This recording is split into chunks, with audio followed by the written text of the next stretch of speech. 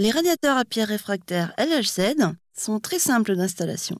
Avant de commencer, sortez toutes les pièces de l'emballage afin de vérifier si tout est complet.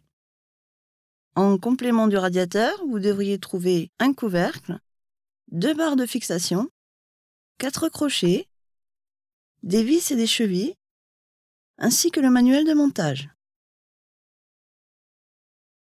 Les radiateurs peuvent être fixés partout dans la pièce. Il est toutefois recommandé de les installer dans les secteurs les plus froids, généralement à proximité des fenêtres ou des parois externes.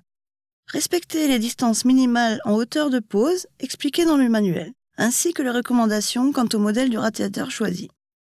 Marquez au mur les emplacements pour les chevilles de fixation à l'aide des croquis du guide. Percez les trous pour les chevilles et les vis et fixez ensuite les barres de fixation au mur. Insérez les 2 crochets dans les rainures inférieures des rails et suspendez la partie inférieure du radiateur. Assurez-vous que le radiateur soit bien accroché par sa face arrière sur les 4 crochets et pas seulement sur ceux du haut. Introduisez les autres 2 crochets dans les rainures supérieures des rails et soulevez légèrement le radiateur et les crochets. Poussez-le ensuite contre la paroi et abaissez à nouveau les crochets pour fixer sa position. Le couvercle du radiateur peut alors être apposé et attaché à l'aide des vis aux 2 extrémités. Au-dessous du radiateur, à côté du raccordement au secteur, se trouve une petite sonde de température.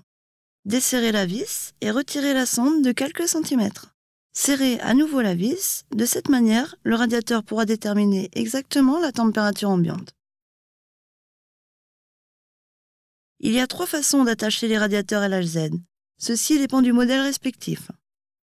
Tous les radiateurs LHZ sont équipés d'une fiche secteur standard qui peut être reliée directement à une prise. Cependant, si on branche de cette manière plusieurs radiateurs, il faudra considérer qu'il y a éventuellement dans le bâtiment une limitation en ampérage. Veuillez consulter pour cela un électricien qualifié. Pour un système de chauffage contrôlable par ondes radio, les radiateurs peuvent être rattachés au disjoncteur. Chaque radiateur est alors relié par un câble à une boîte de raccordement électrique. Le système est géré par un programmateur et un thermostat par pièce. Lorsque la température demandée par le programmateur est atteinte, les thermostats gèrent les appareils. Les radiateurs disposent d'une pierre de chauffe, c'est-à-dire qu'ils peuvent constamment délivrer de la chaleur, même s'ils sont mis hors tension, ce qui contribue à de plus faibles frais de consommation électrique.